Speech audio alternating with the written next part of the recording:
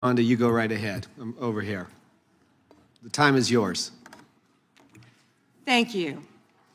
First, he brought up the president saying they indicted me twice.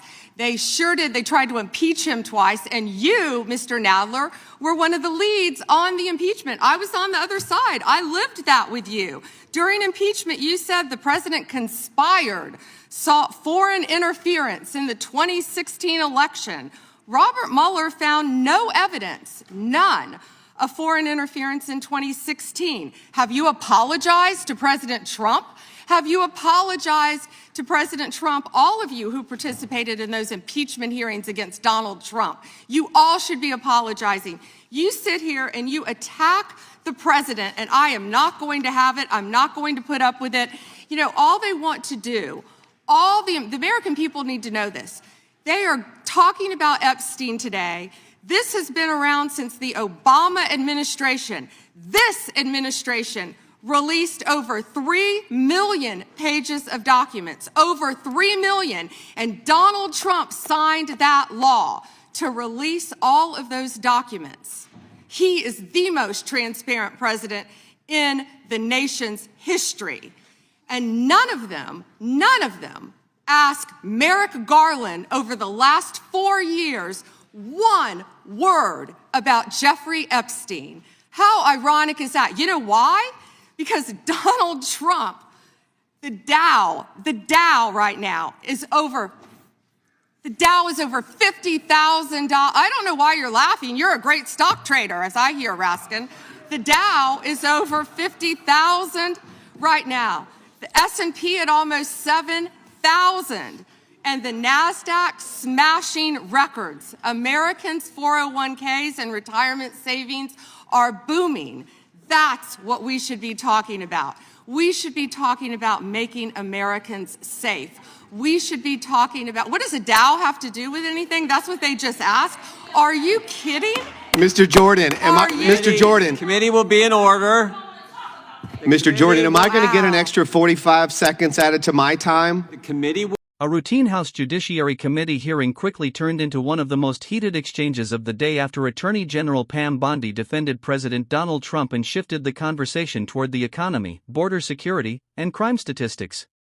The confrontation intensified when Democrats laughed as Bondi celebrated the Dow Jones surpassing 50,000. Chairman Jim Jordan was forced to restore order as Republicans accused Democrats of ignoring the administration's accomplishments while focusing on Jeffrey Epstein and past investigations. 4 years, yet President Trump has done it in 1 year. National median rents have fallen to a 4-year low thanks to Donald Trump. That's why they want to focus on Epstein and our most transparent president in the nation's history. The murder rate, as I said, has plummeted to a 125-year low thanks to Donald Trump. For an unprecedented 9 straight months, there were 0 illegal border crossings at the southern border. That's what we should be focused on. All the great work that this president has done and will continue to do to keep America safe and to make Americans safe.